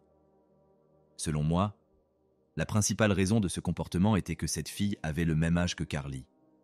Et je suppose qu'après avoir vu le corps de la femme morte et son ami avec une arme à la main, elle a décidé qu'il serait plus sûr pour elle d'obéir aux ordres. Selon le témoignage de la jeune fille, des coups de feu ont retenti peu de temps après sa sortie. Il est plus exact de dire qu'un seul coup de feu a d'abord retenti, accompagné des cris d'un homme, puis 2 autres coups de feu ont retenti. Quelques instants plus tard, des bruits de lutte ont retenti. Carly s'est alors précipitée dans l'arrière-cour et a dit à son ami de courir. Finalement, les filles ont sauté le mur et se sont enfuies. On sait qu'à ce moment-là, elles se sont séparées et que l'ami de Carly a couru jusqu'à sa maison, essayant de s'éloigner le plus possible de l'endroit. Il est difficile de dire exactement ce qui s'est passé à l'intérieur de la maison.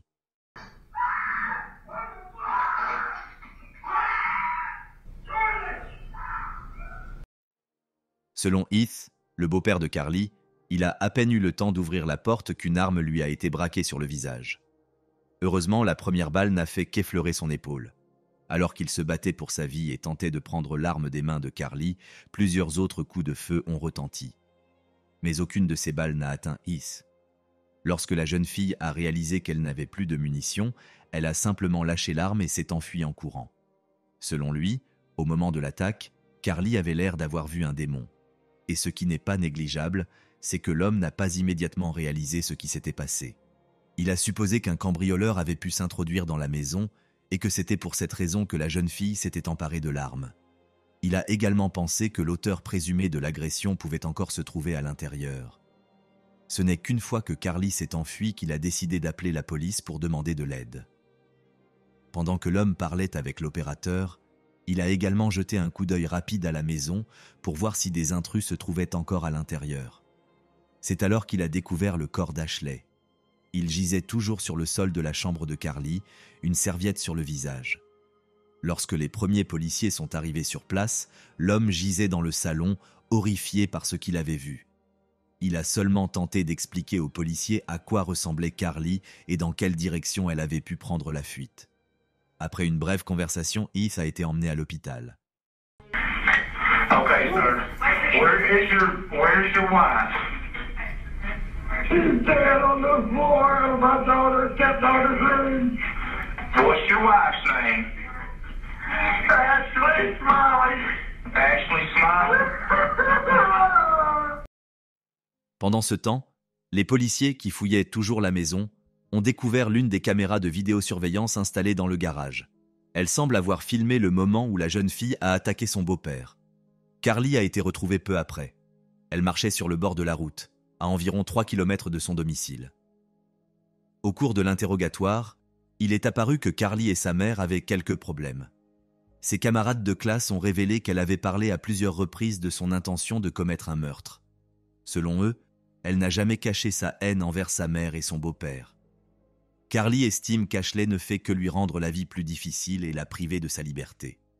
Une amie de Carly qui était venue chez elle ce jour-là et avait découvert le corps de sa mère s'est également rendue au poste de police pour raconter sa version des faits. La police a également interrogé le père biologique de la jeune fille qui a déclaré que le beau-père de Carly l'encourageait régulièrement à avoir des relations intimes avec lui, ce qui serait la principale raison d'un tel acte. Il ne disposait toutefois d'aucune preuve pour étayer ses suppositions. Quelque temps après son arrestation, Carly a déclaré qu'elle avait commencé à entendre des voix. Elle aurait récemment commencé à avoir des pensées intrusives extrêmement controversées. À peu près à la même période, les avocats de la jeune fille ont tenté de la faire passer pour folle. Ils n'ont toutefois pas pu confirmer cette hypothèse ni produire de conclusion d'experts.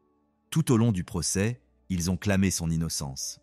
Pourtant, les représentants de l'accusation ont présenté toutes sortes de preuves indiquant que Carly avait bel et bien commis ces crimes. Heath, qui était également présent dans la salle d'audience, a raconté comment il avait trouvé le corps de son épouse. Il a déclaré avoir couru vers Ashley pour prendre son pouls, puis avoir ôté la serviette de son visage pour découvrir son décès. L'une des amies proches de Carly est également apparue dans la salle d'audience pour témoigner. C'est cette même fille qui a abordé Ashley et lui a fait part de ses inquiétudes concernant Carly. Selon elle, Carly traversait une mauvaise passe. Elle avait l'impression que Carly avait choisi la mauvaise voie, mais chaque fois qu'elle essayait d'engager la conversation, la discussion tournait au conflit. C'est pourquoi elle a décidé de se tourner vers sa mère, qu'elle estimait être la personne la plus à même de l'aider. Sur la base de toutes les preuves, des témoignages et des images provenant de plusieurs caméras vidéo, le jury a rendu son verdict et condamné Carly Gregg à la prison à vie sans possibilité de libération conditionnelle. Verdict of the jury is count 1. We, the jury, find the defendant Carly Madison Gregg guilty of first-degree murder as charged in the indictment. Count 2. We, the jury, find the defendant Carly Madison Gregg guilty of attempted murder as charged in the indictment. Count 3. We, the jury, find the defendant Carly Madison Gregg guilty of tampering with evidence as charged in the indictment. Please be seated, Ms. Gregg. First-degree murder is charged in the indictment. Beginning on the first row, ma'am, is that your verdict? Sir, is that your verdict? Yes, sir. Ma'am, is that your verdict? Sir, is that your verdict? Ma'am, is that your verdict? You gotta answer out loud, ma'am. I'm sorry. Yes. On the back row, sir, is that your verdict? Ma'am, is that your verdict? Ma'am, is that your verdict? Sir, is that your verdict? Ma'am, is that your verdict? Ma'am, is that your verdict? Ma'am, is that your verdict? That verdict is proper and unanimous. As to count 2, we, the jury, find the defendant Carly Madison Gregg guilty of attempted murder as charged in the indictment. Beginning on the first row, ma'am, is that your verdict? Yes, Sir, is that your verdict? Yes, sir. Ma'am, is that your verdict? Sir, is that your verdict? Carly Madison Gregg a effectivement été condamnée à la prison à vie pour meurtre et tentative de meurtre, ainsi qu'à 10 ans supplémentaires pour falsification de preuves. Ses avocats ont tenté d'obtenir une peine de prison à vie assortie d'une libération conditionnelle, mais ils ont échoué. C'est ainsi que s'achève l'affaire Carly Gregg.